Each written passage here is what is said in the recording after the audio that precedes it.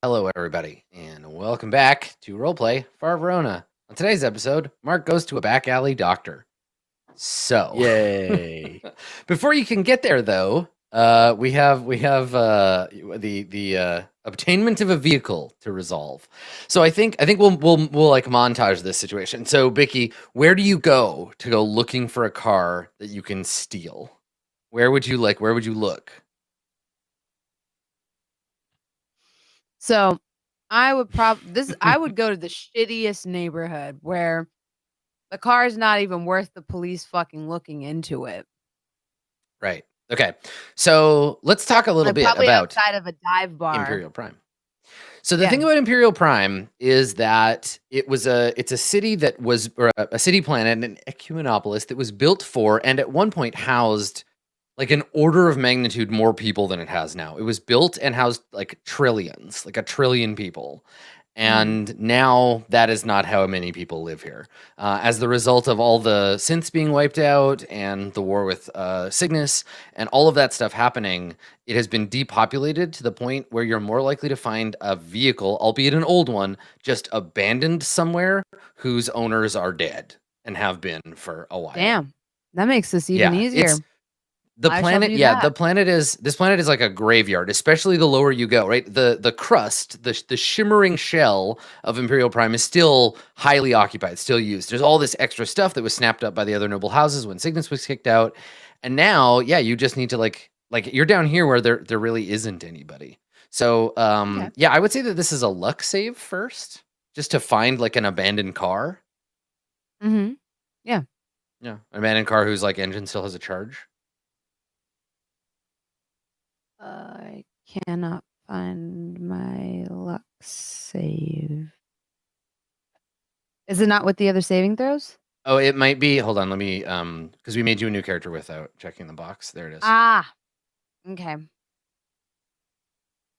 you find it? Yes, I see it now. You got it now? Okay, perfect. Good. Hey. Make it. Oh, yeah, you did. Okay. Yeah, so all you have to do is just walk a few blocks, and the further you get from, like, Prism doesn't advertise to empty neighborhoods. So eventually you leave behind the glow of the adver signs and eventually find yourself in one of these like graveyard neighborhoods.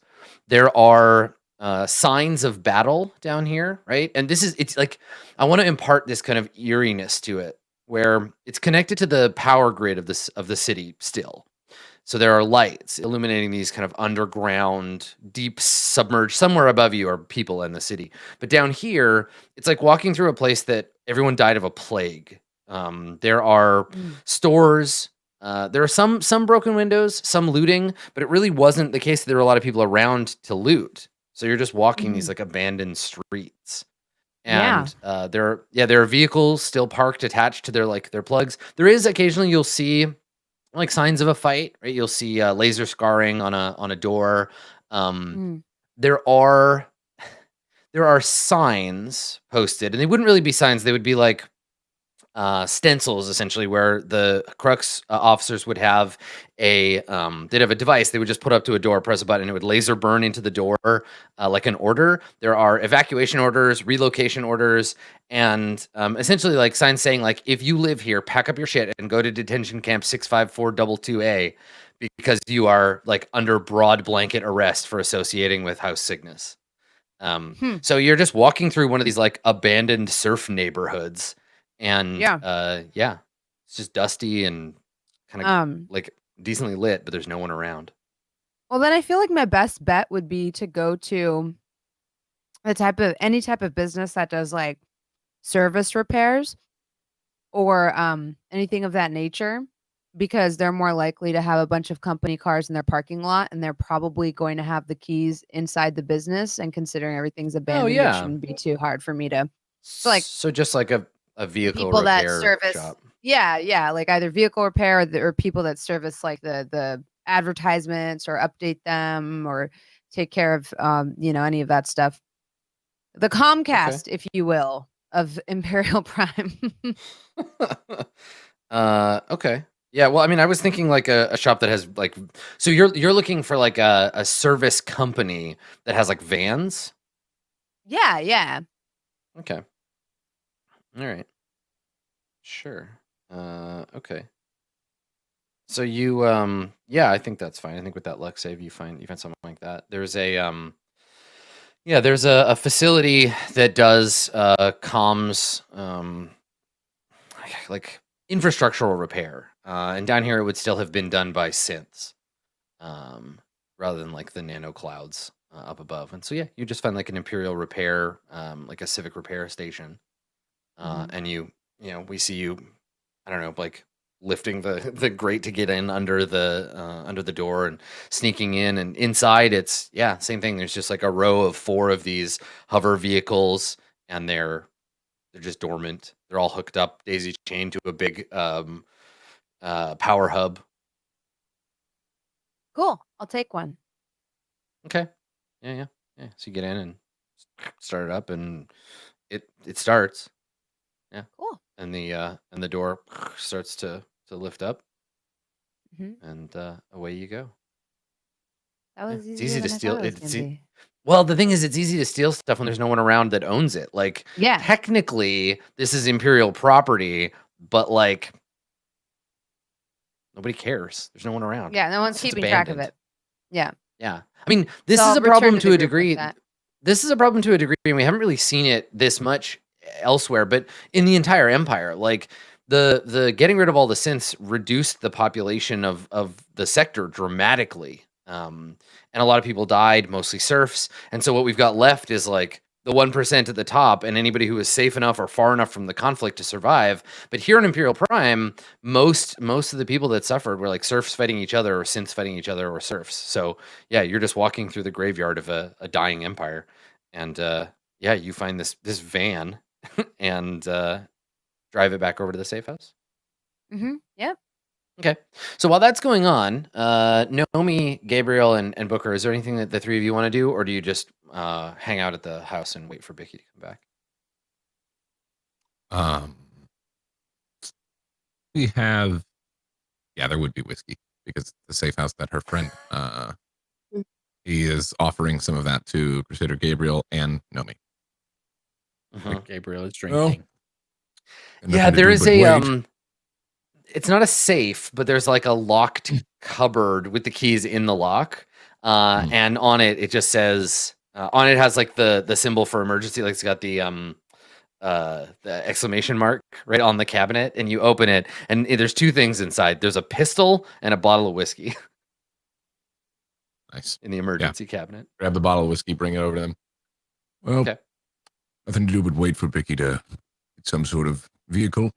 Might as well self-medicate, I say. Or feel pain, whatever you want to do. I take the glass. I drink this stuff. Yeah, so the safe house has a like an entertainment console, and it has like washroom facilities. It's probably got like 2 bedrooms, and then like a secured door. The windows have been replaced with like metal shutters. But yeah, otherwise it's like just kind of a cramped apartment. Like a basic like fridge and a food unit. I'll take the you got drink, whiskey. raise it up to Booker, and just kind of give him a serious look and say, "Thank you, Booker, for contacting your doctor friend and checking on me when I came back in. I know we've not known each other long, but thank you." Don't thank me just yet. He can be a real asshole.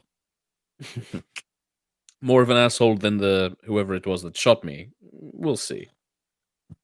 Different types of pain, psychological, physical. Very true. Very true. It's quite nice. Gabriel, still kind of like dosed up on lift, is like, I'm high and drunk. Yeah. yay. Yeah. You're feeling better. Did Nomi accept the whiskey? I don't know. I like politely accept a glass, but I just like sip it really slowly. Nice. And Booker's like, and this is, well, I fell off a ladder, so that hurt. Very justified, Agent Graves, for your heroism.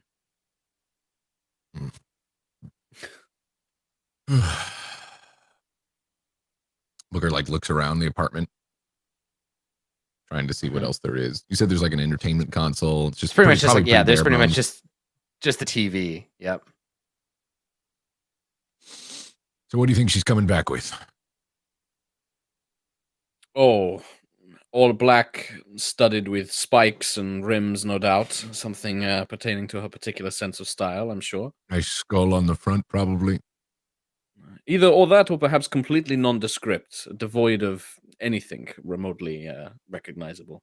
Seems very professional. What about you, Nomi? Oh, I wouldn't dare to guess. And I just kind of like Nomi kind of smiles a little bit, but she doesn't want to partake in this guessing game. The banter. And Booker's literally just Nomi, as filling the usual, void. doesn't have time for your shit. Things are getting quite serious. What do you think? Obviously, once we go to the doctor, what are the next steps? We still have this, whoever killed the serpents, this Frederick Lang. We still have the mission that we were sent here to do, and now it seems that I've picked up my own personal killer. Yes, it seems that our secret mission's not quite as secret as we thought it would be. There's multiple people now who are aware of our presence here on the planet. I would like to get in touch with the Immortals Association or whoever, track down whoever sent us that package when we first arrived. Either they're willing to help us and could be a good asset moving forward, or they're the reason that we now have so many people tailing us. It seems strange if they were the ones responsible to give us weapons, equipment, and then send people after us. It seems a waste, but do you think there's any possibility that Lieutenant Ibanez is involved in all of this? He knew what we were doing. He knew where we were coming on the planet. I know that he has a problem with Agent Greaves, but I don't know about your relationship with him, Cirrus, if it's good or ill. That is something that I have considered, and it's possible that if Lieutenant Ibanez was looking for an opportunity to dismiss our entire squad at once, that he's trying to take advantage of the situation. I've always thought he was such a nice fellow, though. Nomi actually like kind of chokes on her whiskey when you say that. And Booker like smiles like, gotcha. It is entirely possible that it's him. I hope it's not. He's an asshole, but, you know. Yes. He's a bit unpredictable. Yes. And certainly I'm sure there's plenty of people out there who would want to meddle in these affairs regardless. It just crossed my mind. He doesn't know where we are and what we were up to, but perhaps it serves him better to have us complete our mission at the moment. I say congratulations to us all. He just lets that hang for a second. Like, why? Why? Well, people are trying to kill you. You must be good at what you do. That's the bitch of it, isn't it? When you start, nobody's trying to kill you. You're able to be effective at your job. And you're effective at your job, people take notice. The more people take notice, the more jealous they get, or they want to get you out of the way because you're a problem. So congratulations to being good at your jobs. You'll get your own personal killer one day, Agent Greaves, I'm sure. I can only hope so.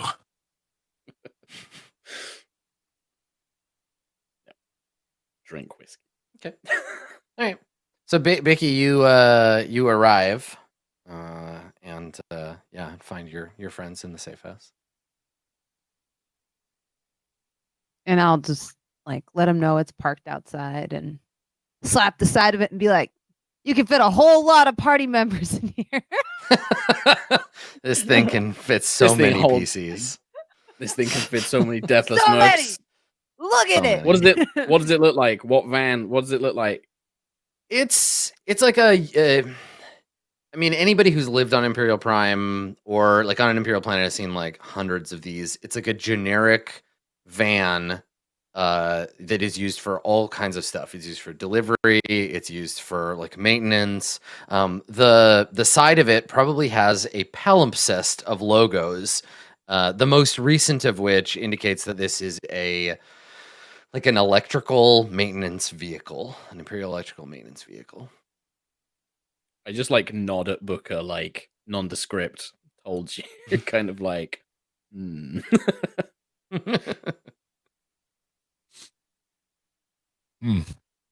That'll work. We All right. need something inconspicuous. Crusader was hoping for a limo, but I guess Yeah, time for a limo later. Reed's Dying just men intentionally fight trying to children. keep the spirits up because he knows everything's fucked. So, emotions to get in and help, kind of like helps the Crusader if he needs help. He probably rejects his help. Okay. Who's driving this vehicle? I'd assume Booker because he knows where we're going. Yeah. Okay. I'll drive. All right. Yeah. Yeah. So Booker, you get into I'll go in the you back. get into the seat. And yeah, so you get in, you like power up the console. The vehicle gives you the steering wheel like shifts out and separates slightly. And yeah, music starts playing in the van. It runs up a some kind of like country tune. And there's a ping from the center console. There's a big like screen in the middle, right? These are all like space vehicles, so they look like Teslas on the inside. It's got a big screen, and it lights up, and it looks like, now that you've turned the vehicle on, it looks like you have 2,346 unfinished jobs in the backlog, going back like years. The vehicle has just been given like, so yeah, so it immediately is just like boop boop boop boop, like you're like job, and they just pop up in this huge list. Is there a silence button? Yeah, you can just dismiss, right? Like you Yeah. can turn it off, but Yeah, yeah. Booker hits the dismiss all or shuts it off or whatever. Okay. All right. Yeah. Also, so I checked for booby traps before I got in. It doesn't sound like you did, but would you like to now? No. Okay. Sure, All right. So you get in, and I think that yeah, rather than like, there's nothing happens between here and where you go. We cut to, you've parked the vehicle, you've gotten out, and you're walking towards the address that you were given. We cut to the group of you walking, and we can hear the sounds of, this is like a distinct change from the scene that Bicky was in where everything was abandoned. We can hear overlapping shouts in a bunch of different languages. We can hear the blaring of music through tinny speakers. We can hear what sounds like animals, like snarling. We can hear like a bark and like a howl. And as we fit in on a group of you, you're walking through a jammed corridor full of people. There are hanging above you. There are lines with bulbs hanging from them that are lighting this corridor, running off of a power console that's been pulled open, and this has all been plugged into it. And as you're walking through, you're walking past stalls where people are trying to like hawk things. So somebody tries to sell you some kind of like meat on a stick.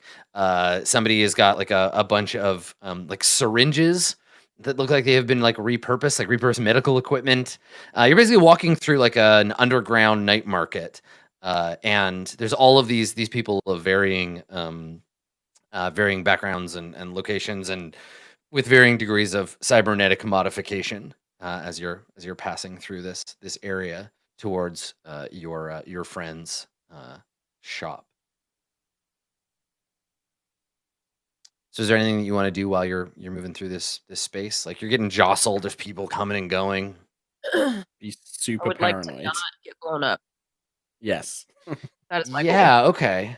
All right. So Yes. if somebody wants to be, if everybody's just like on alert, then everyone can roll notice plus intelligence, and then one person can be the roller. If everybody Well, else I is definitely helping. want to Who's got the roll. highest My notice? roll is +2 on it. Oh, I'm just Sick. so sounds like you're 0. rolling. Okay. Oh, So definitely everybody who A. isn't Booker, roll, and if you get a 7 or better, you add 1 to Booker's roll. 9. Yeah. Okay. Plus ones. 1, 2, nice. Oh yeah. Okay, sick. Plus All right, three. so the whole team is super on alert. Booker, roll and add an additional +3. So on alert. I'm like the most alert. So alert. Oh, Nice. Jesus. All right, 12. Perfect. So no one will get the drop on you.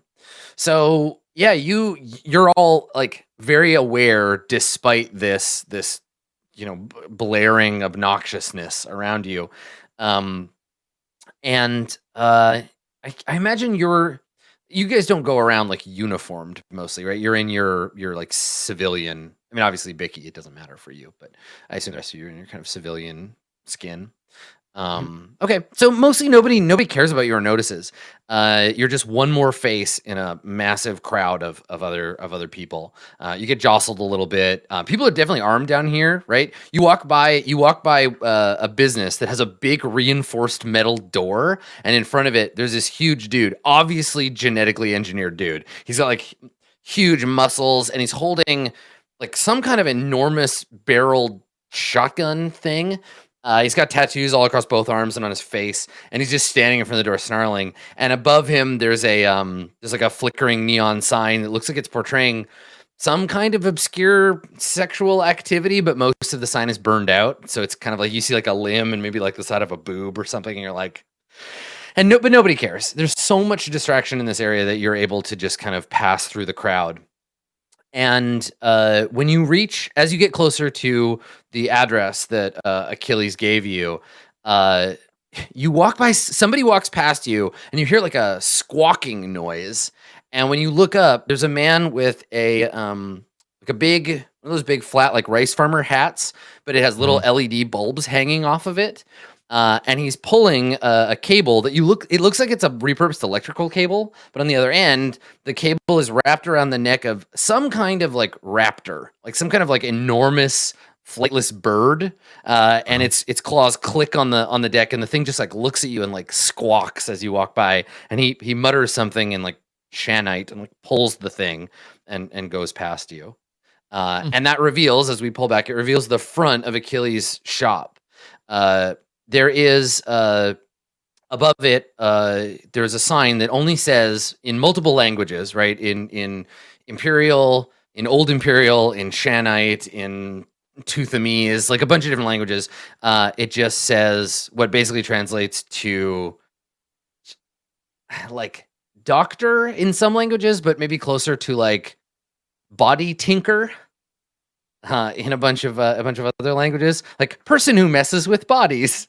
And then there's this the front door, and you see a woman come out, and she's holding a cat, but instead of legs, the cat has several clusters of like muscly looking tentacles. And the cat like meows at you, and she just kind of like looks at you and like walks by with this animal. And then the door like swings shut behind her. It's a great neighborhood. I think Gabriel just looks at Booker like, really? As he says that, he's like, come on, it's interesting at the very least, this place. It is very interesting, yes. And then I'll step through. Yeah. Okay. All right. So you come inside. There's an interesting smell that awaits you when you arrive inside. It smells equal parts of like industrial cleaner. So your eyes like water a little bit, just at the like ammonia. Equal parts of ammonia and like wet dog. There is a single bulb above you, a big long LED like bulb that fills the room with kind of whitish light. The walls are like white tile with like yellowing like grout, and then there's a line of cages, metal cages, along one side of the wall, and then directly in front of you there's another door that goes back into a back area, and there's like an empty desk. There's a desk front there, and there's a little computer with a flickering display on it. And when you walk in, the display attempts to show what looks like a human face, and then blinks out again. The display swings slightly towards you on a mechanical arm, and a kind of canned robotic voice says, Welcome. Please take a seat. And you notice there's a couple of like grimy looking vinyl, like cracked vinyl stools against one wall. See, they've got chairs. Pretty nice. Yes, surely the pinnacle of human achievement. Like walk forward and take a chair. Yeah. Yeah. You sit down. There's just a Um, long look, and then Yeah, there's 3 chairs, so you can't all sit. And I'll whoever who stand. stays. Fine. Yeah. Okay. So Booker, the monitor turns towards you, and you can see the scratched little plastic like lens above it that is like looking at you. So the monitor turns slightly towards you, and the voice again says, "Do you have an appointment?" Yes. Please state your name. Douchebag. I'm sorry, Doshbog. I don't have a record with that name. Please try again. Oh, God. Thought he got rid of this thing. Booker. Greaves. I think you said Barker Grobes. Is that correct? Yes. Thank you, Mr. or Mrs. Grobes. One moment, please. And then it tries to display like a happier version of the same face, and then blinks a couple of times and then turns off. You hear somewhere in the back room the sound of like a circular saw.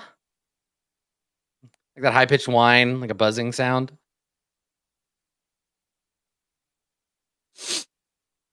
Uses that to sharpen his tools. It's fine. oh yes, I am filled with confidence, brimming. Should we just go out the back and meet your friend rather than waiting here? Give it a moment. Mm. Yeah, and you wait, and then you hear footsteps. Actually, you hear whistling, and then you hear water running, and then you hear the sound of a tap being like closed. More whistling. You hear the sound of an air fan, and then like one of those like blower fans, and then more footsteps, and then the door opens, and you see a strange looking man. He is tall and thin. You might use the word beanpole to describe him. He's like 6'3", pretty narrow. He is wearing an apron, a plastic transparent apron, over top of his shirtless chest. There are tattoos all over the like front of his chest and on his shoulders, in varying styles. Some of them are moving, some of them are still. He has a section of his rib cage that is it's clearly reinforced. Like the skin is a different color. It doesn't have any tattoos on it. Some of the tattoos end at the edge of the scar and then start again below it. He's wearing a pair of hospital green. Well, they were at one point hospital green like pants, and they have like distress and like stain marks on the sides where he like wipes his hands on them. One of his hands is metal from the wrist down, and has 2 extra fingers. His other arm appears to be biological. He's got a little like Abe Lincoln beard. He's bald, and one of his eyes is also like obviously cybernetic. And he comes out, and his regular eye just looks forward. The cybernetic eye scans back and forth across the room, and he sees you, Booker, and you recognize this is Achilles. And he grins, and when he does, you see the LED screens on the front of his teeth project a tiny goldfish that swims left to right across his teeth when he smiles at you, and he says, Booker, it's good to see you again. And he puts a hand out to shake yours. He puts his hand out, he stops, he looks at it, and then he's like, I'd better not. How are you? Good. It's been a long time. And who are your friends? And he's just like, shut up, Booker, and just like pushes you aside. And he sees Bicky and Gabriel and Nomi. And who are your friends?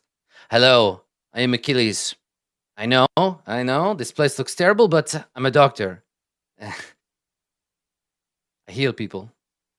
You understand this joke, Achilles? I heal. It's no. It's fine. It's funnier in Shanite. Booker said that someone needed help, but you all look so healthy.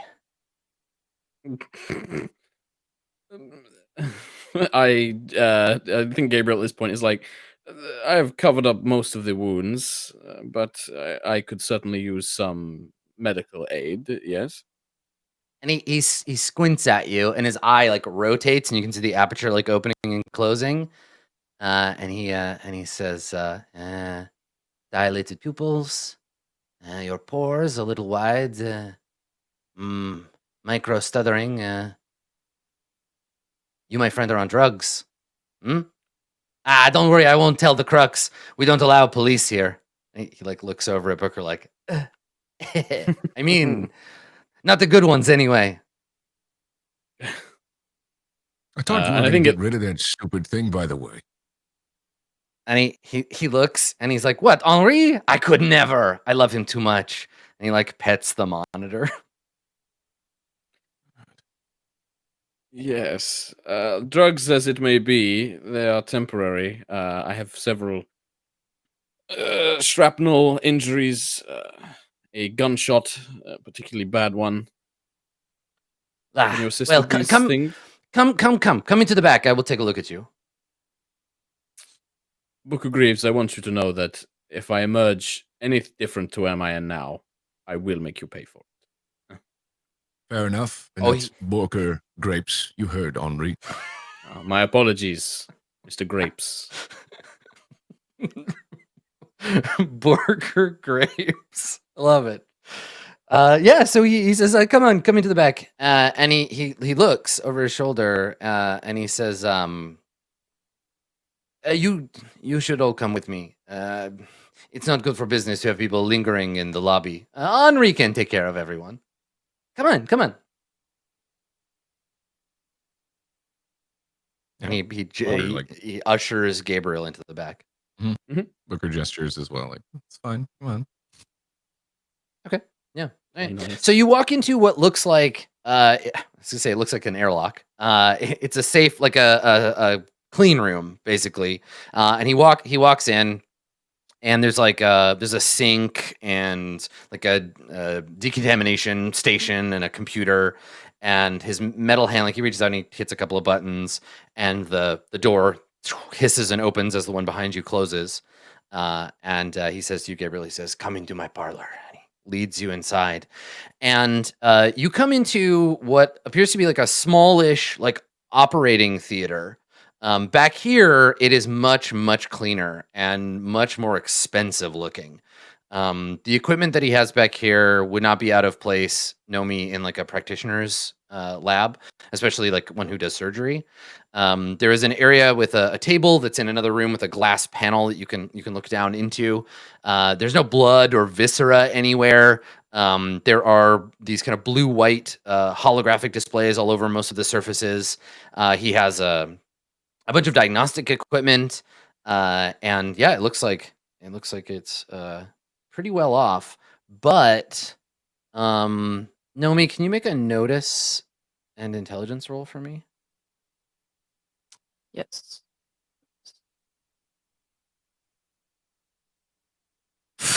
Two. Okay. Something about this. Yeah, something about this equipment. You have a feeling, but you can't place it. You're just like, something about this place.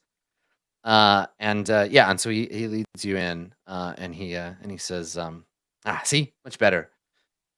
My clients, they expect a sort of attitude outside. I have to appear the filthy vagrant, but I assure you, I'm a professional. I've just fallen down hard times, a flight of them, but we make do with what we can. Always nice to have friends in high places. Indeed. Well, perhaps if you can assist us, we can ensure that you receive some credits to alleviate those problems. and I'll begin taking off my bodysuit armor, basically, like preparing, like for him to do whatever he needs to do. If only credits could solve problems. I'm afraid that my problem is more about wealth than about money, but I won't turn them down. And you, he helps you like get your jacket off or whatever, and yeah, you get this like laser burn. And he looks at it, and he looks at you, and he says, I have to tell you, I may have bad news for you. Someone has taken your arm and given you this gaudy piece of machinery in its place. I am sorry. Do you need a moment to process? I have had the moment, it has passed, but thank you for your concern. I have learned to deal with the gaudy piece of equipment, as you say. It's also probably for the first time, like with Gabriel taking his gear off, his body is covered in like surgical scars from multiple surgeries over a long time, like long surgeries, like running down like all of his arms and back and sides and everything else, his chest. Yeah. The doctor does not say anything about those, but you catch him Just more noticing for them, but he doesn't. everybody else. Yeah. Yeah, totally. Cool. And then I'll just hop on the chair or whatever he needs me to do.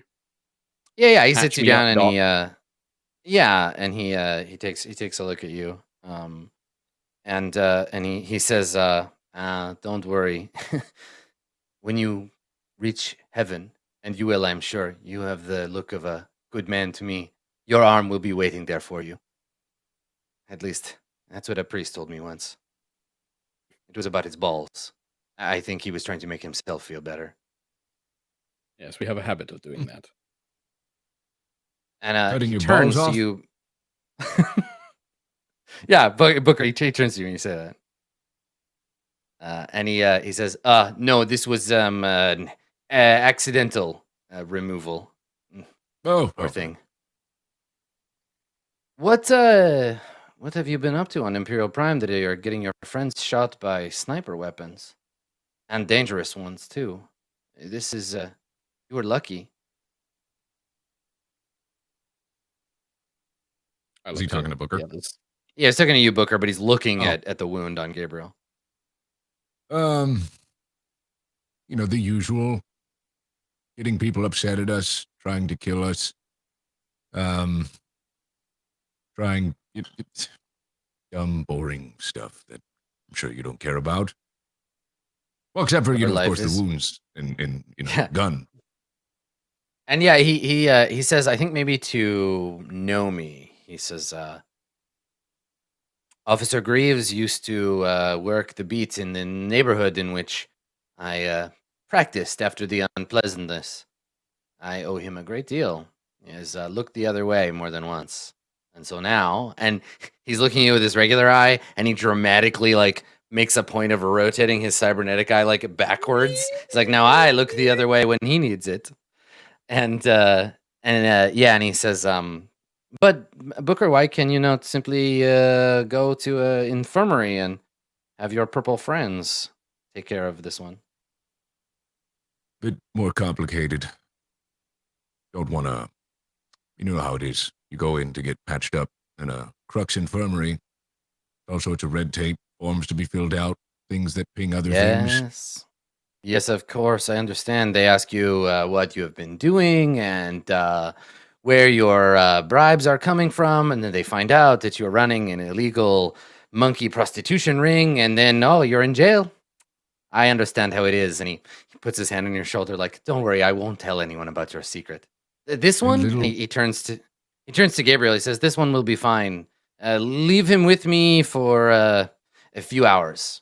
I will treat him in the tank. The tank, Gabriel. You're lucky. I am overjoyed. Just stares at Booker like, if I get fucked by this, I'm coming for you. He's just staring at him dead. Simply overjoyed, Agent Greaves. Enjoy. Booker looks at Nomi too. What is her wounds like? Were they bad or were they? I lost almost half of my health, so Yeah.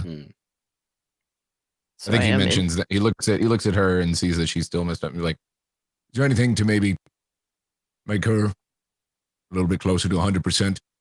She won't say it, but He looks at Nomi and he grins, and this time his teeth they all like all the LEDs like sparkle and there's like little hearts on them.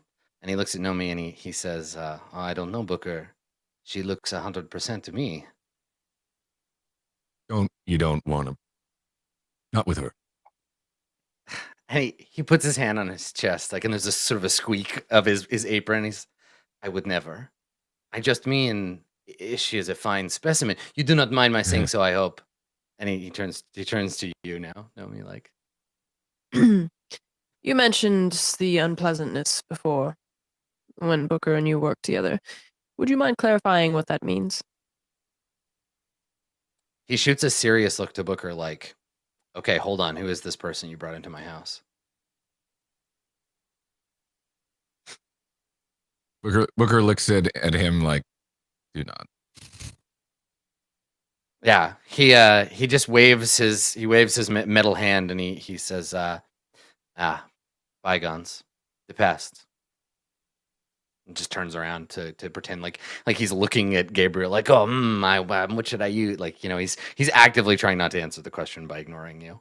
Yeah. I'm gonna read his mind. Okay. It's not a good idea. He won't know unless you fail. Okay, so what would you like to use? You just want to like dig into his brain? Yeah. He's the big guy. Okay.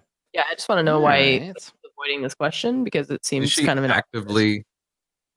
Is there any way Booker would notice this since No. she's done this multiple times in front of him, or no? No, she doesn't like Professor X him where she puts her hand on her head and like waves come off of her fucking glossy dome. I had to ask. yeah. I had to ask. So yeah, no. So you have level 2 telepathy or level 3. Well, yeah, it what's says- your telepathy at? Is your telepathy at level 2 or 3? It says level 3. Okay. All right. I've transmit thought level 1, and then suppress cognition 2, and then telepathic is 3. Yes, yeah, because you have telepathic assault. You have level 3 telepathy. So that means that your telepathic contact, you can drill down into the target's memory to get a 1 or 2 sentence answer to any single question they ask, receive a single vision of the target's recollections. He gets a mental effect saving throw. So you spend the effort that you need to commit to digging into his brain, and I will roll a d20. Wait, what effort do I need to commit for this? It's one. Yeah, commit effort for the day as a main action, and it lasts for the rest of the scene. And then once you have that contact, then you can start digging around. Okay. So his emotional state is a spike of tension. So he feels he's faking this casual act, but he feels comfortable with that. There is a spike of tension at your scrutiny. Like things have gotten serious, but he's still trying to play like chill. And for level 2 and 3 he gets a save. So okay. All right. What is this guy's mental effect save? I think it's like a 14. Yeah, saving throws are all 14. Okay, here we go. So 14 or better, and he resists your mental influence. I got a 15. Okay, so you can't get in there. He puts up a wall, and the wall is his like casual like, don't worry about me. I'm just like a weird eccentric doctor. Don't worry about it. Everything's fine. It's fine. And that manages to resist your probing. No one else notices that any of this has happened, and he doesn't notice either. Okay. You can try again if you want to spend more effort, but it breaks the contact. No, when he Keep like doing turns away from me and then that fails, I just kind of shoot Booker a look of like suspicion. Because he's not like obviously avoiding the question. Booker's like meets that gaze with like he's just like a smile, but if you look at his eyes, you can see he's dead serious. Yeah. Okay. So Yeah, I just kind of straighten up and I look back at the doctor man as he's walking away, Achilles, and I say, "Then we shall leave you to your work. Booker, a word." And I go to like leave the room. Sure. Booker, do you follow? Yeah. Okay. So Bicky, what are you doing while this is happening? You like scoping out the joint, keep an eye on the doctor. What do you feel like doing? Yeah, I'd probably be doing a Jason lean in a door somewhere. Aw, rest in peace. Yeah. Okay. Yeah, just holding up the door frame. Okay. Mhm. All right. Mhm. Make a notice and intelligence roll.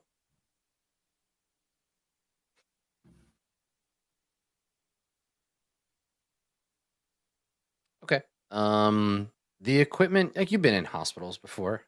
You gotten shot and Mhm. stuff. You know, this is what happens after you get in a fight. All the equipment in here is like old. It's good and it's like high tech, so the age doesn't really affect it, but there's nothing in here that's newer than like 5 or 6 years. It has all seen like a decent amount of wear.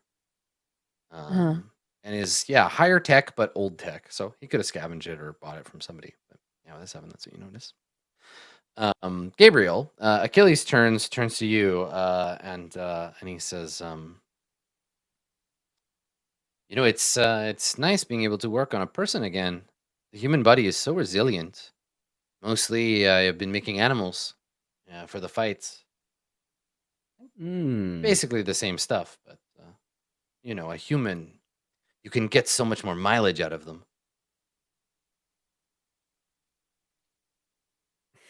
Gabriel is very concerned by the things he's saying, but also is like, I am nearly dead and I would like to not be nearly dead. So it's just this, there's a tension and a, caution, but he's not gonna say too much. He's kind of just gonna let the doctor talk. Maybe just the occasional like, interesting.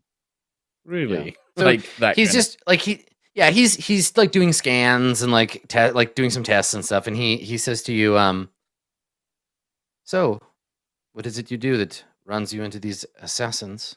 Someone trying to kill you? You don't look like a noble, not with these scars. Unless you're a very good duelist. My past is been clouded with many different roles. The scars are from an earlier time when I was a younger man. Let's just say that I did not have a very caring family. Yeah, okay. So I understand that that's a euphemism. Yeah, and he says he nods like, oh yeah, like I understand, like me too. And he says, well, you know what they say, every hour wounds, but the last one kills. And I think you have some more hours left in you. I certainly hope so. With your professional experience as well. Should extend it by a few. Well, this wasn't the shot that kills you. I can't promise about the next one. You'll live. I'm going to give you something to rest. And he has a kit, and he brings out like a syringe. And he says, by the time you wake up, you'll be feeling much better. Is that necessary? I'm not exactly comfortable being unconscious for such a long period of time in an unfamiliar place.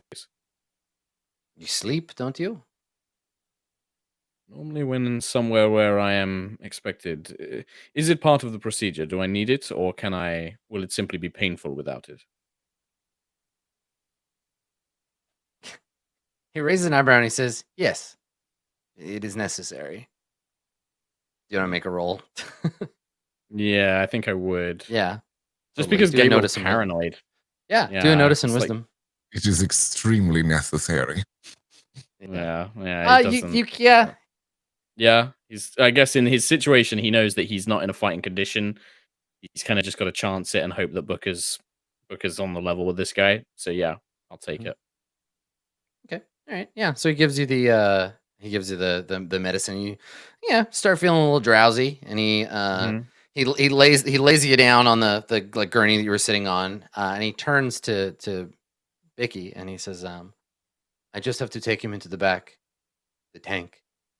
He'll be all right." Um, uh, and he's like, "I don't. You're just standing here and being ominous. Do you want to go with your friends or do you do anything? Or I'm just not even gonna stonewall?" respond to him. I'm just gonna continue to stand there. And he nods and he's like, "I thought my bedside manner was bad." And he pushes Gabriel, a now slumbering Gabriel, through one of those like automated back doors. So the door slides open. And he pushes him into a recovery room in the back. I want to leave him here. So meanwhile, Especially because like Booker somebody and just tried to murder him, so I'll stick around. yeah, you're gonna hang out. Okay, Mhm. sit by his bedside, read to him. I'm going in the Um, back room. I'm gonna come Go out in and the back park. room. I mean, you can follow if you want, Vicky. Nobody's like. Yeah, sure. I'll Stopping you. follow, and instead of I'll read you. I'll make up bedtime stories. Tell you all Okay. tales of my exploits while you're sleeping. I'll tell you about what you see when you get back there. But first, Booker and Nomi, you go back out into the room where Henri the Autobot is currently talking to the door. But you walk out. Follows. Yeah, I would just say it to Booker quietly when I feel like we're out of earshot of other people. Why was he avoiding my question? And where do you know this man from? Are you sure that we can trust him with Gabriel's life and ours? Yes, you can. And he didn't answer your question because I asked him not to. And why is that? Because it's about something that is none of your business. With respect.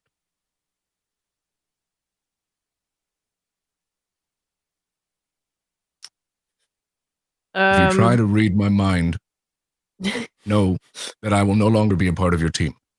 Get out of my head, Charles. Out of character, Nomi was not Yes. thinking about. But Booker's just thinking contingencies in his head right now. yeah, I was trying to decide if she wanted to accept that answer or if she was like gonna push. So there's kind of like a tense silence. And Nomi just like locks eyes with Booker the whole time, and then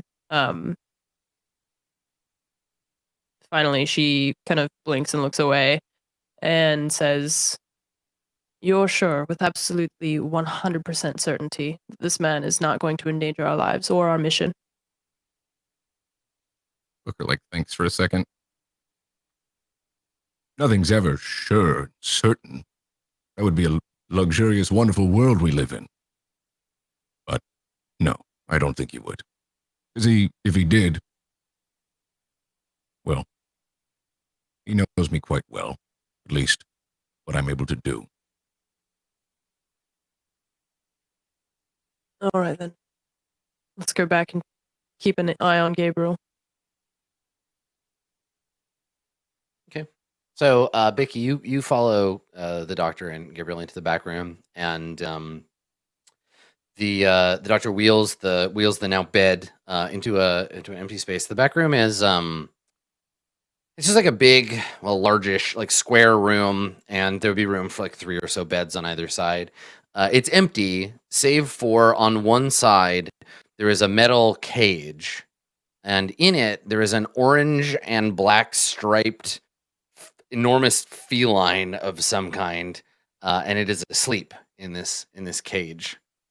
And the doctor doesn't even look at it or notice it, but just pushes Gabriel and like rolls him into place, hooks up a something to the bed and to charge it, and then the bed lowers and slides into a like a metal box essentially with a bunch of like components on the side. And he reaches up and he pulls a plastic, like a scratched plastic plate down to the side, and it closes. There's a ping as the container seals, and you can see there's machinery like feeding oxygen into the tank, and there's some kind of like other thing going on with this equipment. You're not familiar with it, and he looks up and he sees you. He didn't realize you followed him in here. He's like, "Oh, well, safe and sound," and he pats the tank.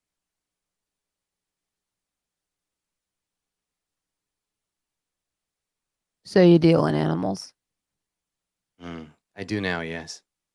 It was not my original discipline, but the basics of biology are not so different. I'm gonna walk over to the cage, like not too close so that it doesn't like Yeah. grab me and rip my arm off, but just like out of like a weird wonder and curiosity. It's probably my first time seeing a tiger, and Yeah, you've definitely never seen a tiger before. Not in real life. be like, what do you do with them? I make them better. I improve on God's designs. I have high hopes for that one. I think she will be something magnificent. Are you gonna make her fight? Look at her. She was born to fight, to kill. I am only going to make her better at what she already does. You think that's what's beautiful? I think that there are many beautiful things in this universe. And he looks at you up and down and he says, I think you and she are alike. You were born to kill as well.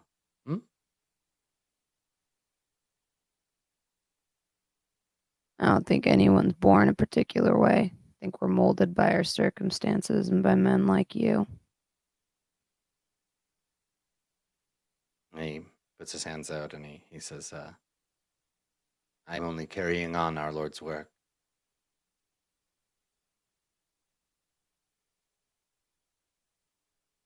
She's beautiful. What's her name? He shakes his head. I had not decided yet. What's yours? This time I give him my full name. I Yeah. say, Bianca. Ah, beautiful. Maybe I will name her after you. If you do, she's gonna win every fight she ever gets into. A good I'm just omen. gonna leave it at that. Yeah. Okay. Yeah, so he stays in here and he observes the sleeping tiger a moment. And then you hear, Bicky, you hear the sound of Booker and Nomi returning in the other room.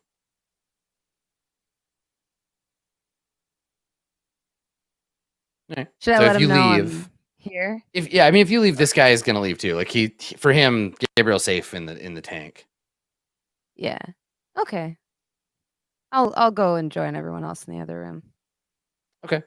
So yeah, he comes back out and he says to Booker, he says, well, officer, your friend was going to be fine. Come back in 6 or 8 hours. He should be up and operational again. You Good to hear. You said something about credits. Oh, yeah. Booker takes his thing and transfers. Now What is here's it? the thing. What? Here's the thing, Booker. What? Well, here's the thing, right? What? So he you're paying him to for his services. It's not gonna be that expensive, right? Like 500 credits. But normally you're used to just paying for things with house money, right? Just being like, Oh no, it's gonna be my own money. Big Perp will take care of the bill. Do you have any money? Come on, rich family. You don't think I don't got money? You have credit. Nobles have credit. Yo. Yes, you could absolutely use your house credit account, but that might leave a trail. I think it would be reasonable to assume that Booker has a separate account for just such occasions where he doesn't need to leave a trace. I think that's reasonable given his background. Make a luck save. That's what I was thinking when it came down to money. You let me know if something's gone wrong here with my account. We'll see. Sick. Yeah, totally. Yeah. Fuck.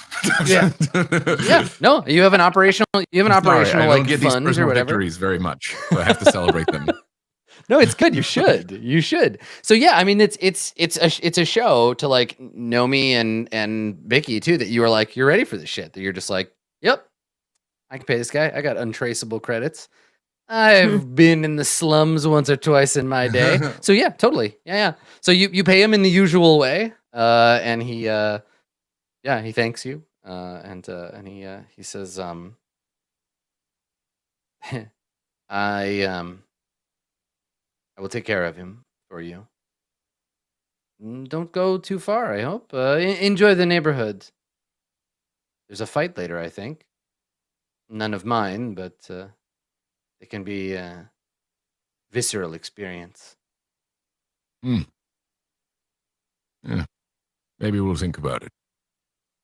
I mean, you already know, but do actually take care of him. He's one of the better ones.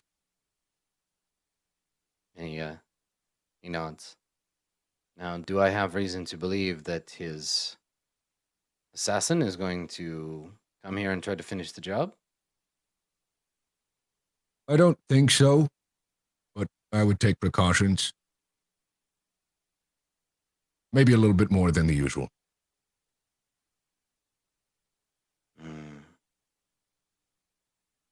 If you're not prepared for that, I can stay. Henri's keep me company. No, I have precautions. Imperial Prime has changed since the last time you got here.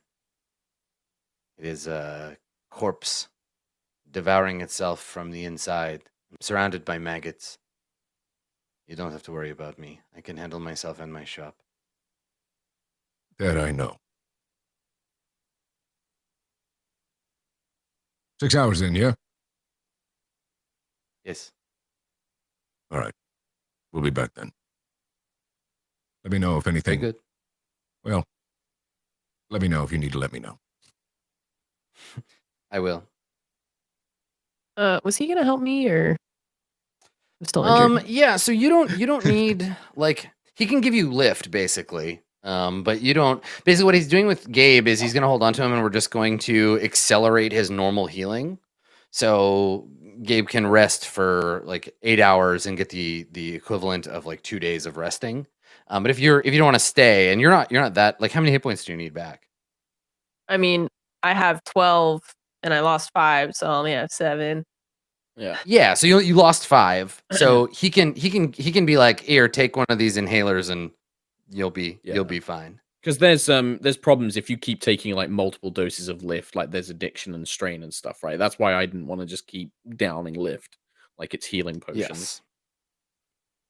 Yeah, so he can treat you with drugs, or you can like hang out, but you'll be feeling better in a day, right? Like if all you need is like regular rest, and you'll be okay.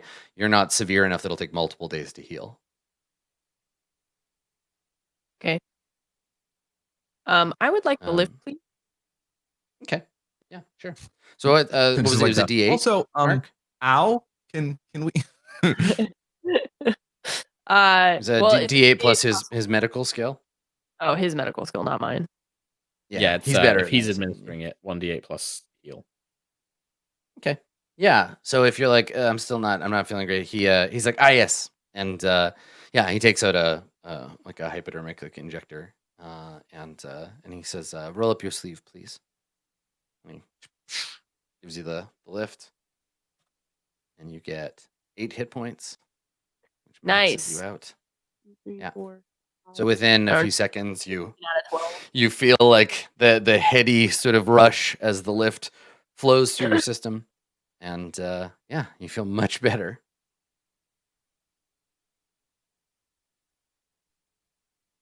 And and so he smiles and does a little bow, his apron crinkling, and he says, "I will watch over your friend as a guardian angel. Don't get yourself into too much trouble by the time he feels better." Thank you for your assistance, Doctor. Of course.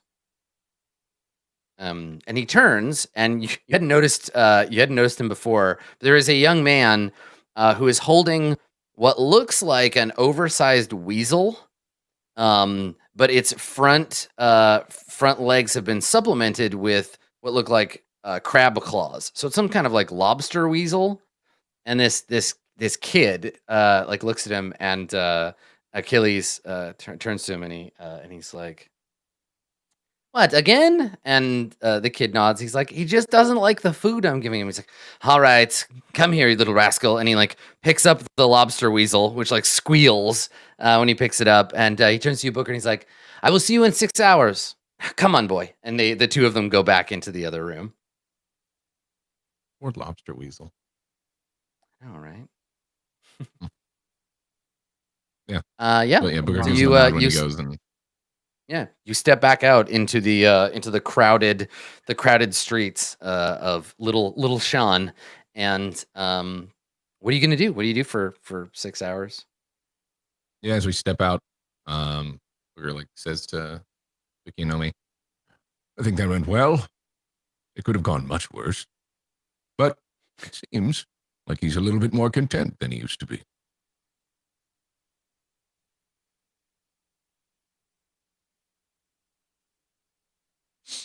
That's true. Is anyone hungry?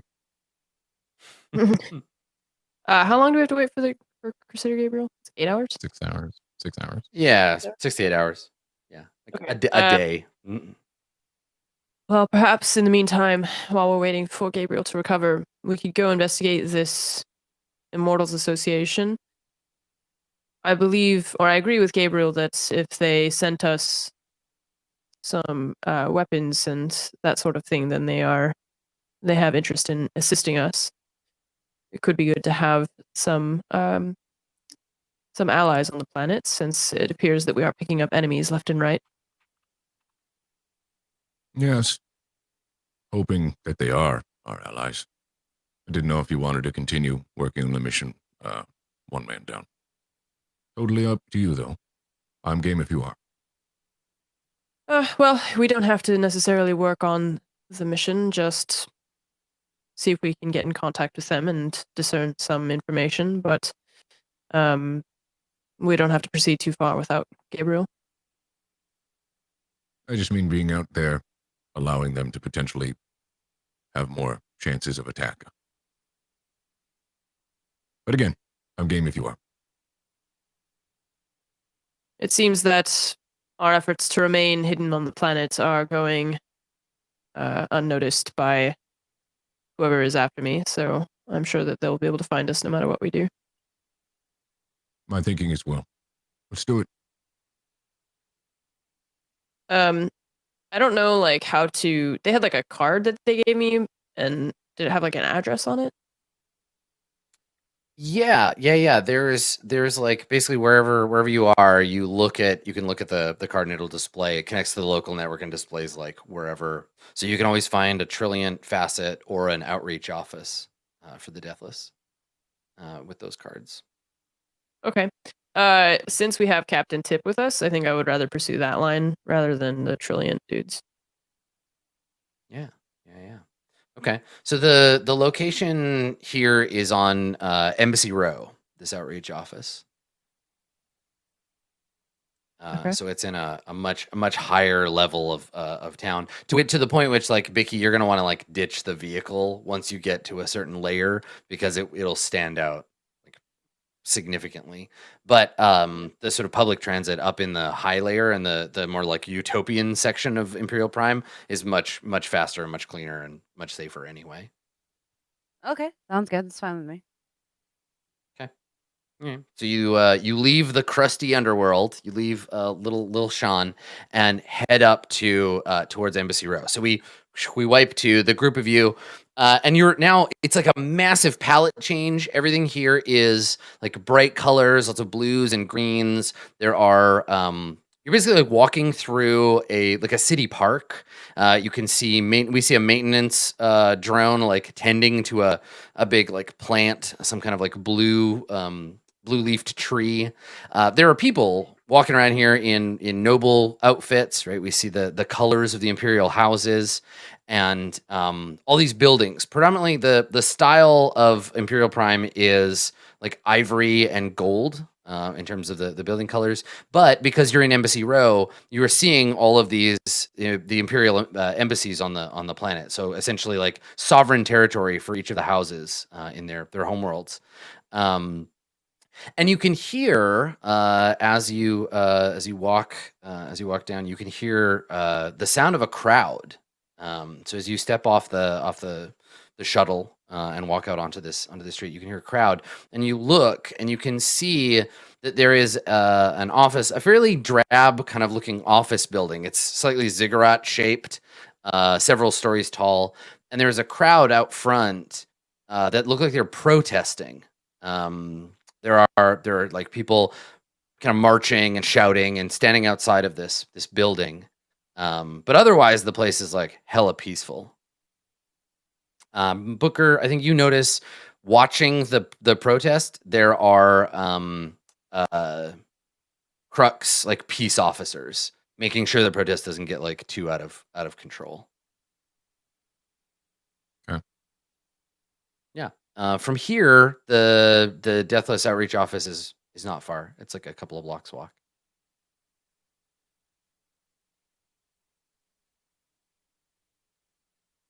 Can I head there? That's the plan. I don't really have any interest in this rabble, so Yeah, that's fine. As you walk by, you notice that there is somebody who is, I guess the way that they would pamphlet in the future is just by like blanket sending proximity requests of information transfer. So you see somebody with a pad and they like approach you and all of your comms like buzz like someone is trying to send you a file as this person walks up. This person appears to be wearing like a military uniform. They're wearing like a beige uniform with epaulets and like a red banner, and they have a couple of little pins on their little like banner. They have a military haircut that has grown out a little bit, and a bit of like a 5 o'clock shadow. And they're approaching with you with the very strong intent to like tell you something and inform you about shit as you kind of walk past the protest. What do you do? I'm gonna make eye contact because usually that's like an invitation, and sometimes it's useful to know about what's happening on a planet in some ways. So Yeah. instead of doing the whole walk past, don't make eye contact. Yeah. Which, fun fact, that's how you avoid those people talking to you. I'm gonna do the opposite. Yeah, I've gotten so many mysterious phone calls like within a half block of someone trying to get me to pay them for something. So yeah. Right? Yeah. Yeah, so you slow down and like make eye contact. Okay, this person walks over to you and and they say they're like, "Noble sir, noble madams, do you have a moment?" And when you stop walking, when you don't run away, they say, "No doubt you've noticed." They gesture behind them. We've been holding a bit of a protest outside of the Acre office. Are you aware of the situation on Diomikado? Yes. And they nod and they say, "My own noble lord and master sent me here from Dio, safe away from our enemies, so that I might bring the truth to the people of Imperial Prime. My lord and master lives there, you see, a member of the Imperial Legion." And there's this look in their face of like, you can hear the eagle scream and you can see the banner waving in their mind. And they say, "My homeworld and that of my noble lord and master has been invaded by corporate brigands. Them," and points to the black gray like building, and they say, "Brigands that seek to take from us what is rightfully ours by God, what belongs to my noble lord and master." And they turn and they say,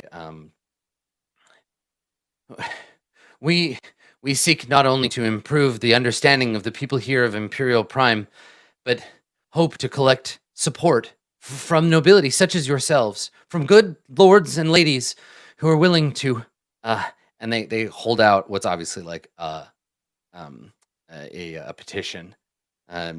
Would that you could place your signet upon my slab and pledge your support for those who stayed behind, those willing to fight for the Empire.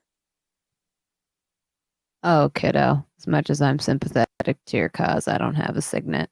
I'm just gonna kind of give him a little salute and keep walking.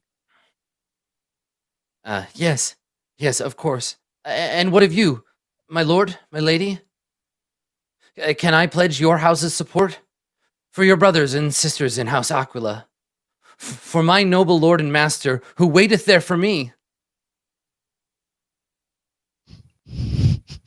I feel so bad because I engaged him and then deuced out and left the two. Yeah, you're like, you know what? I don't have any money, but my friends might.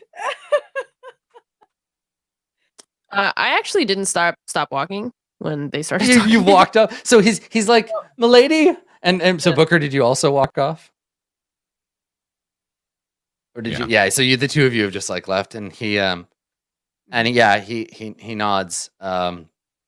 And he kind of like has this like this downtrodden look, and he says, very well, we shall try again. A good day to you. And he can't call you my lady because he knows, like, he's like, a good day to you. Serve well. Ave. And turns to go back to the crowd. Mhm. Cool. All right. So you continue on. Yeah. Without too much time, you arrive at the deathless office. It is much less protested. You see nobles coming and going. And I think that when you approach, you see two nobles come out. One dressed in the blue of House Vela, another in the colors of House Fornax.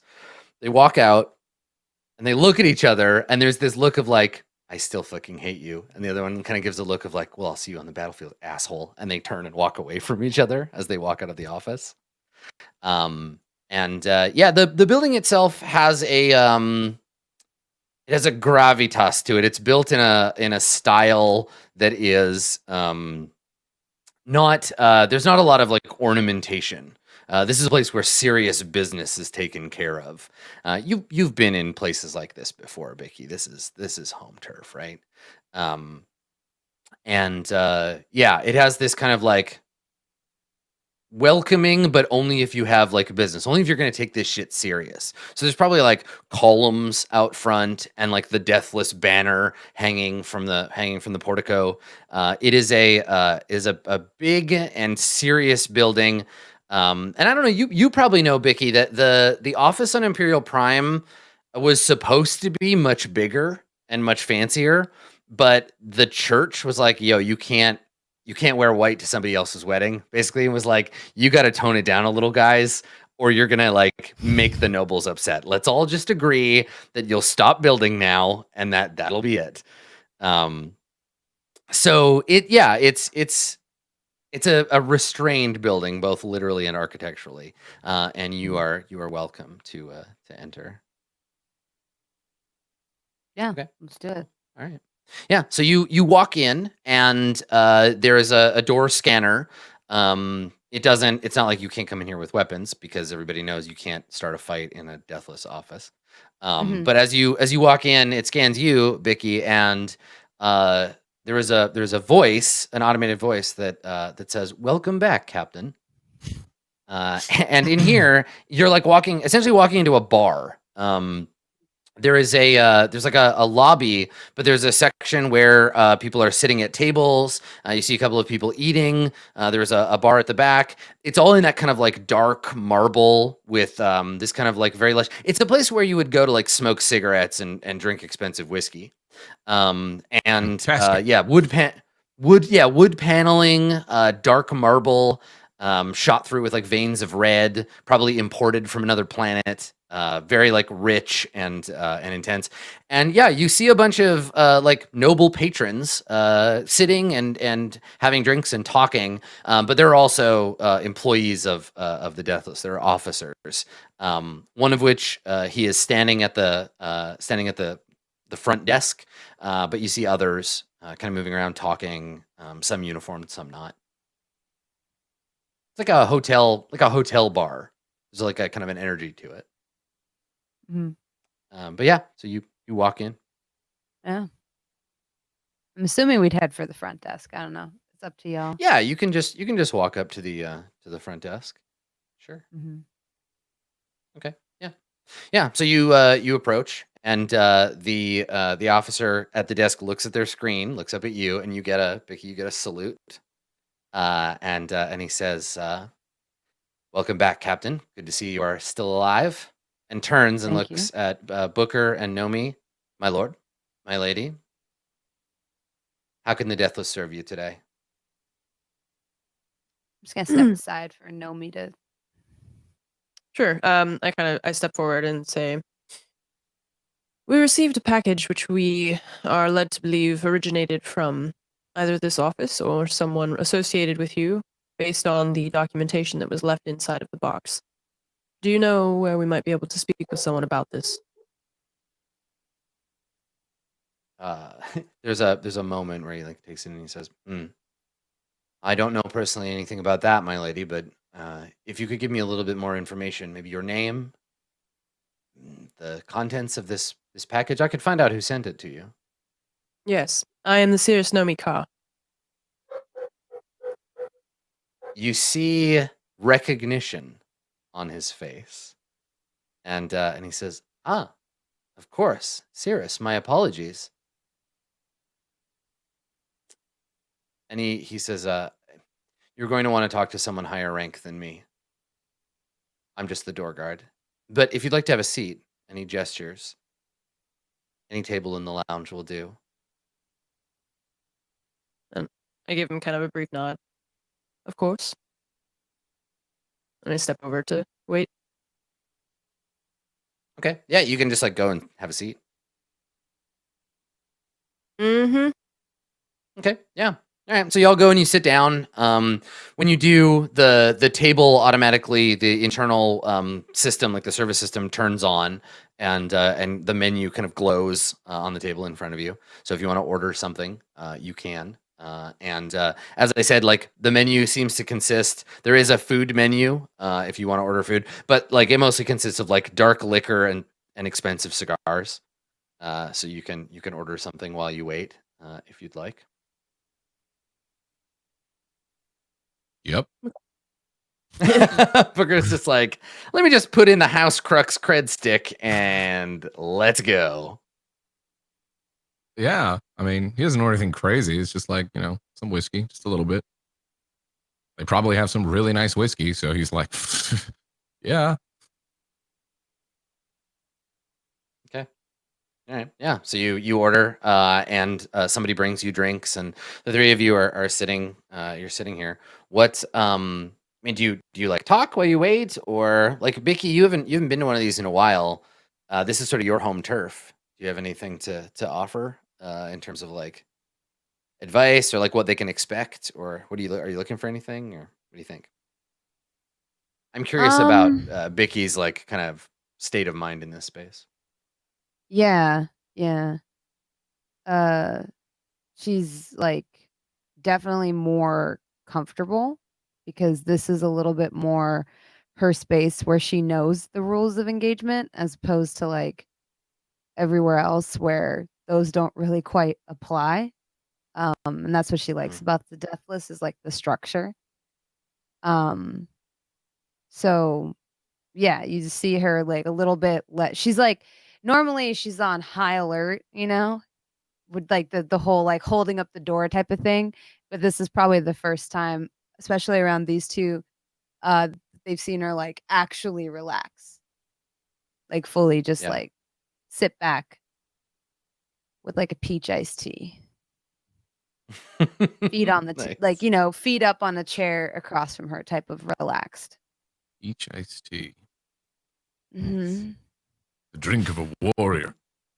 Yeah. Dwarf when he drinks prune juice. Warrior. Prune juice, that's right. Yeah, I like it. Okay, all right. So, you see this. You see Bicky like chill out and start just like having a drink and relaxing.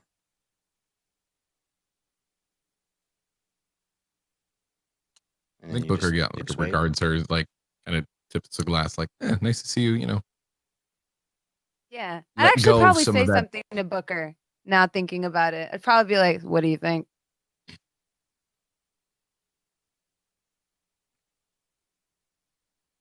Pretty good. I expected as much. Unless you mean the entire. Been. I was gonna ask. You ever been inside a deathless office before? Can't say that I have, no. It's a unique style. Yes. I like it. Wish more places were like this. Some people think it's gaudy. Well, run Imperial Prime, so. Yeah. Probably the least gaudy place here. I think it has character. It's a little edgy, but I like edgy stuff. No. You? That's in and out of character. Like Bicky definitely chuckles when he says that.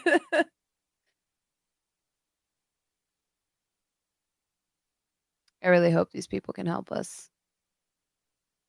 Be Hope so, nice too. to get some clarity. I I feel wonder like we've how. been set up since we've set foot on this planet. I wonder how they'll receive Nomi. It's always interesting to see how anyone receives Nomi.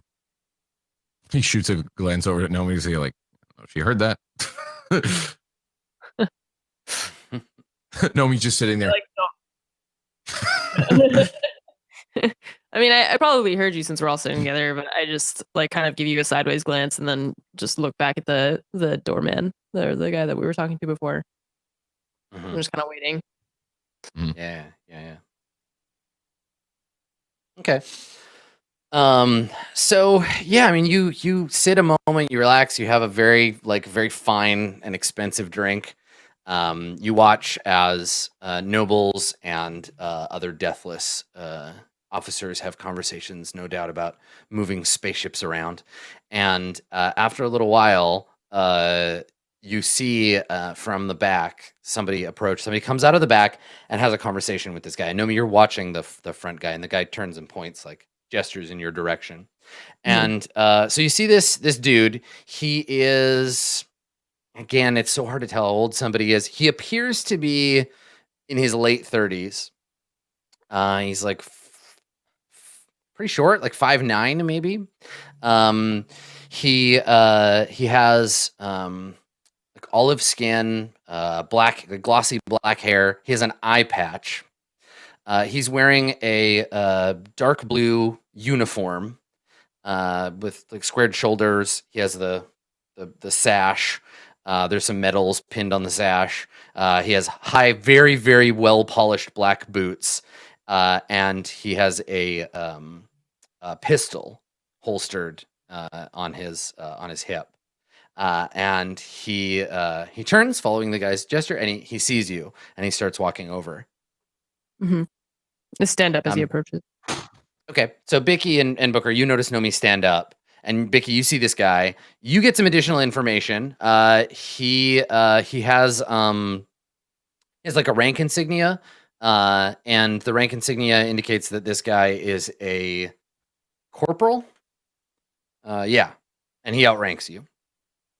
So you're gonna need to salute him first if you want to be. Yeah. Which I will. So he walks over, and can I go for the Bicky, salute handshake? Like... Yeah. So the technical protocol is, if you're on duty, it would be like you would salute until he returns the salute, and then you go for the hand. Yeah, and then you can follow. Sorry, he's a colonel, not a corporal. I was gonna say, isn't corporal lower? Yes. Yeah, he is. I wrote and I said a different word than I wrote. So yeah, he's a colonel. And yeah, so he approaches, and so what do you do? So I'm gonna stand up, salute him. Okay. Yeah. So he doesn't salute you yet. He prioritizes the client. So he turns to Nomi and Booker, and he bows, and he says, "Cirrus, my lord." And then he turns. He salutes you. He's like, Captain. Sir. And he turns back to Booker and Nomini. He says, I'm Colonel Markov. What can we do for you? I pull out the coin that came in the box, and I hold it out in front of me, and I say, "It's a pleasure to meet you, Colonel Markov. I received a large crate when we first landed on the planet, and it appears that, based on the cards that were included, it was either from your organization here or another. I was hoping that you could provide some context." He looks at the coin, and he says, a fine gift. And he takes it from you if you're offering it to him. That's like do you keep, get- but are you- well, so the thing about, I think the instructions for the coin was, if you ever need assistance, present this coin. So oh, okay. yeah, like it's like give Okay. it to him and he'll okay. So he takes the coin and he puts it in his breast pocket, and he says, anything that I can do for you, I will. Why don't we go somewhere a bit more private? You can tell me what you need. Okay. I just nod and say, "Lead the way." Right. So we cross to another room. It's his private office. So Colonel Markov's office is austere. He's got a big desk. He's got probably like a globe of Imperial Prime. It's a pretty like chill office. And there's some chairs in front of this big like faux wooden desk. And he sits down and he gestures for you to sit, and he says,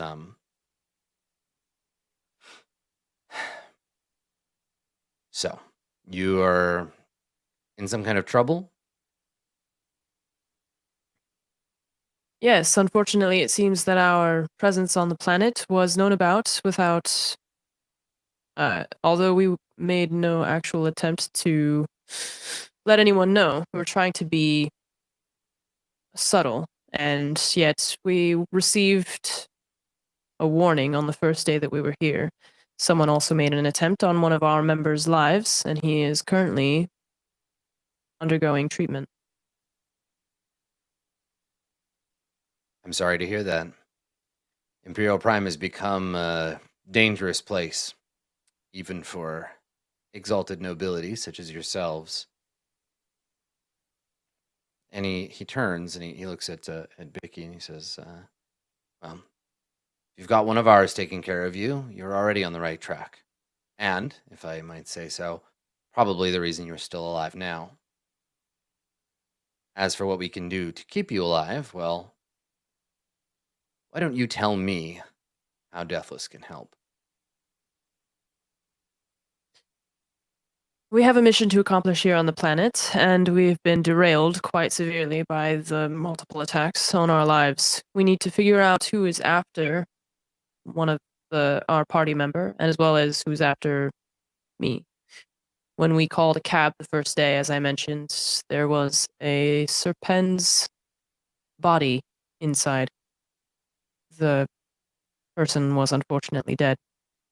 I took this as a warning against myself, as did your captain. And the other party member is the Crusader, Gabriel, who was nearly, very nearly taken out by a sniper, and then subsequently an explosion near what we supposed to be our safe house. However, as you can tell, that wasn't very safe. In my experience, Cirrus, safety is an illusion, a convenient one that we need to maintain our sanity, but an illusion nonetheless. You have a name on this dead man, the serpents that you My found. name. Yeah, his name is Friedrich Lang. Oh yeah, Friedrich Lang. Cool. I tell him. Serpen's Okay. Friedrich Lang. I was unable to find any information on my own. It appears that his name was above my clearance. I'll put some resources on it. See what we can't find out about this Friedrich Lang. So you believe you're being actively pursued? It appears so. They chased us to, assuming that the assailants were both working together. However, it could be two separate attackers. But they chased us to two separate safe houses. Who knows that you're here? Well, we thought no one until we arrived and received that package that I mentioned to you. So that was our first indication that our arrival was not as secret as we had hoped. Subsequently, we also made contact with a couple of people here on the surface. One of Officer Greaves' friends from Old, and another agent, and a doctor who is currently working on the Crusader Gabriel. Crusader Gabriel also made contact with one of his associates from his past lives. I would just like I give him may the interrupt, name, Cirrus. like a data. Yeah, sure. I imagine you're giving him all the details that, yeah. Yeah. I kind of want to like interject a little bit and be like, Yeah. My client, the captain of the jurisprudence, did warn me before she sent me on this mission. She had reason to believe that the Sirius's life was in danger before we even set foot on the planet, and her suspicions were very quickly proven to be correct. Protecting suspicious people is what we do. Well, part of it. Can't help but feel like this might have something to do with the Crux in some way, shape, or form. Their house would have been well aware of our activity here on this planet, given that we were sent here on a Crux mission.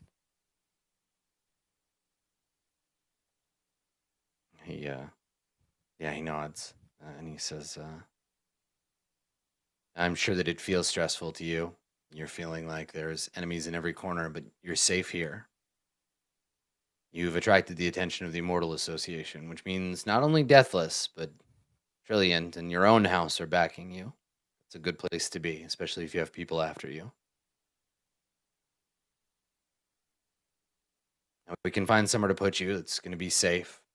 We can make sure that nobody, not even internally, knows where you are. But, and he kind of squints and he says, but it sounds to me like there are a lot of people that know that you're here already. And if House Crux is a part of that equation, they're probably tracking you. You have any reason to believe that House Crux is keeping an eye on your whereabouts? Any equipment they've given you? Anything that might be leading them to you if it were compromised? I don't want to suggest that House Crux has got it out for you, but these systems, they're never airtight.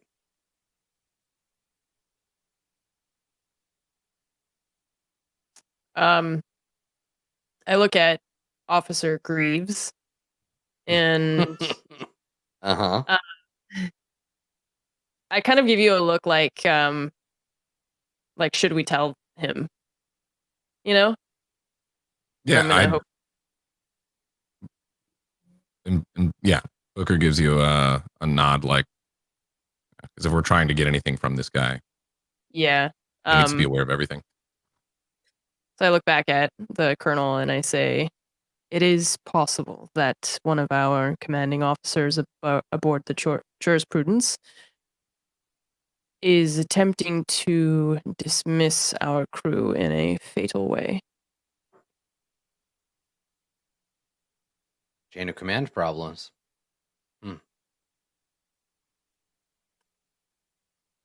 Lack of discipline, I'll never understand. Well, if you're here on mission, but you think somebody's after you, we can put you up and I can look into it. But this is the thing, if you want to accomplish anything, you're going to need to leave. A safe house is only safe if you stay there. You basically have to pick operating ability or safety. Now, I know which I prefer, and you don't seem like the sit still and let other people do your work for you type. But you Best defense is a good offense. and he nods and he says, I hoped you'd mention that, Captain. This is my alternative plan. We use you and your connections to flush out the target. and then we eliminate them. That way, no more assassins. You can get on with your business.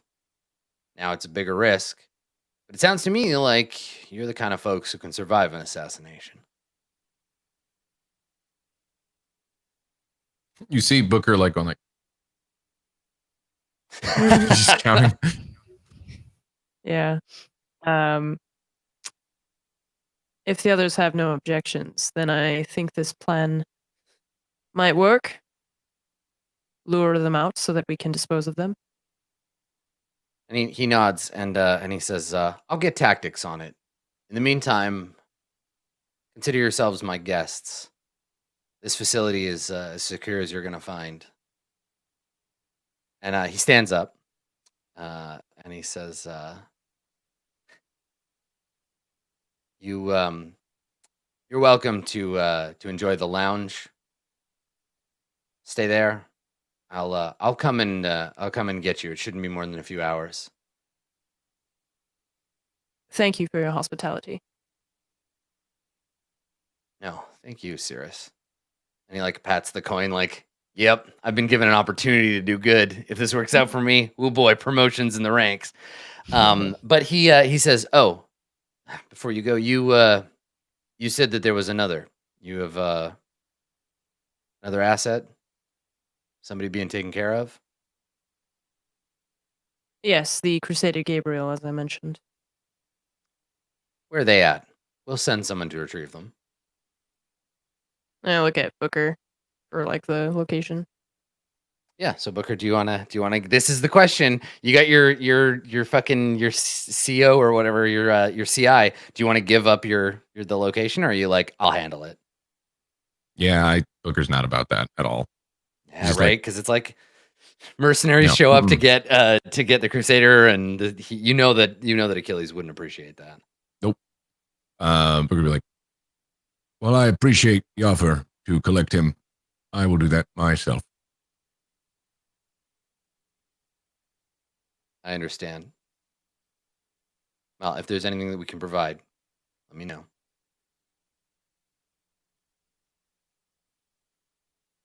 Okay. So the group of you are released into the lounge once again. And Booker, do you want to head out to go and pick Gabriel up?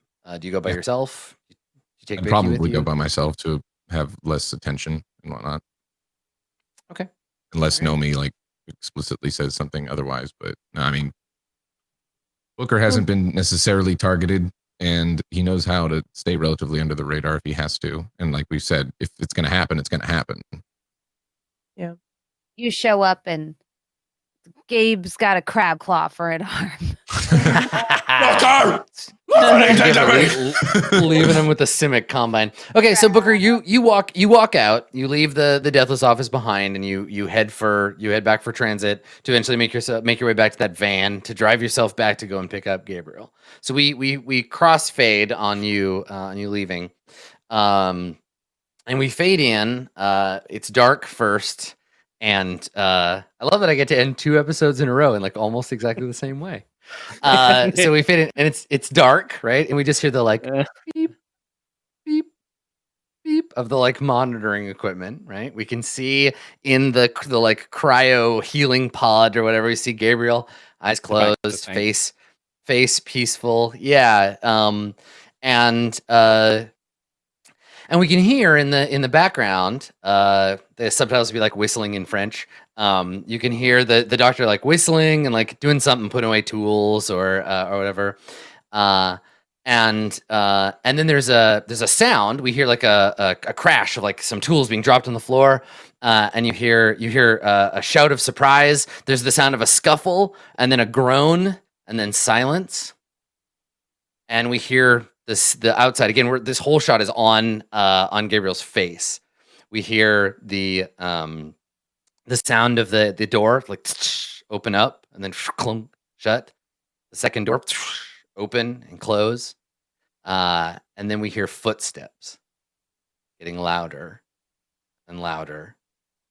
And just as a shadow falls over the canister that the Crusader is in, we cut to black and roll credits. We need that like I love it. Quentin Tarantino whistling with the syringe Yeah. in her hands. Like, yeah. Yeah. Yep. Cool. Yep. I love He it. said he had precautions. I mean, Yeah, people have a precaution. tendency to overestimate their own abilities. So His precaution yeah. was just I that could weird take over robot in Monster. the lobby. Yeah. And a bunch of wobsters. He's got a bunch of like pet wobsters. Yeah. Don't worry, I'll throw this strange hybrid I made at them. I have Get 'em, precautions. Binchy. They're called my eyeballs. Yeah, Henri right. was supposed to warn him, but he didn't get a chance. Yeah. It's all right. Borka Grapes is on his way. Borka Grapes for the That's rest. right. Yeah, like I know that Gabriel really wants to like save his own damn ass, but I'm pretty sure we know how the next episode will go, but we'll see. Yeah. We'll Let's see. see. We'll see combat. Gabriel Or maybe must just murder. die. Yeah. Yeah. Cool. All right. Well, Love it. thanks everybody. Good work. We will we'll figure I'm gonna figure out the next episode a plan that the deathless will have for this. And actually maybe I'll go and I'll bug the deathless themselves and be like, if you had to save Nomi, what would you do? That feels like the best thing to That's do. cool. So we'll see. We'll see if the deathless can come up with a witness protection plan / bait and lure situation Give for me a name. Nomi and the assassins. So yeah. Cool. All right, that's it. That's our episode. Thanks for coming, everybody. Let's do some shout outs. Let us begin with the snake in danger, Nomika. Anne, do a shout out. Thank you guys for watching. Sorry, I was pretty low energy today because I got sick in Canada and I feel terrible. So I have a fever and that sort of thing. I don't know if I'm gonna stream after this. I kind of was thinking I might just like do a quick like couple hours of Apex or something like that. So I haven't decided yet. I'll let you guys know on Twitter, just twitter.com/AnneMunition. And that's it. Everything else is AnneMunition. Thank you guys for watching, and I'll see you in the post show. Please, deathless people, help me. Excellent. Cool. Thank you. Max, do it. Shout it out. Yeah, I hope you guys enjoyed the show. I am GassyMexican or Max. I will be streaming after this. I think I'm going to do some Far Cry New Dawn with Cream. And if you guys want to check it out, you can. But thanks to you for watching. And thanks to Anne, Adam, Bronze, and Mark for being wonderful cast members as well as GM. Yeah, it was a good episode. It was just cool. I love seeing deathless stuff. I love a lot of the different things that we'll talk about in the post show. I try to keep it brief here. But yeah, I hope you guys enjoyed it. We'll see you next time. And yeah, if you're interested in any of my stuff, go check it out. There. One of these directions is right. I pointed the same direction. You got it. Nice. Excellent. I haven't killed you yet, but I'm still trying. Mark, shout it out. Hello. Awesome episode. I love it. A lot of people are saying things like, oh, Adam's picking on Mark. No, I love it. He knows I love it. You can check me out on my show that I do called High Rollers. That's the show I GM for. All the information is kind of over here, thanks to lovely JP. I've also been streaming a lot more on my personal Twitch if you want to come and check that out as well. I'm going to go to bed after this, but thank you to the cast and crew. Always amazing. I love Verona. It's a great time in the week. Cool. Last but not least, Cool. Vicky Tip, who is now the namesake of a tiger. Namesake of a tiger. Man, that doctor loves Bicky. He's just like, yes, I appreciate beautiful killers. Marry me. Yeah, so cool. You got hope he's still alive because he loves you. Oh boy.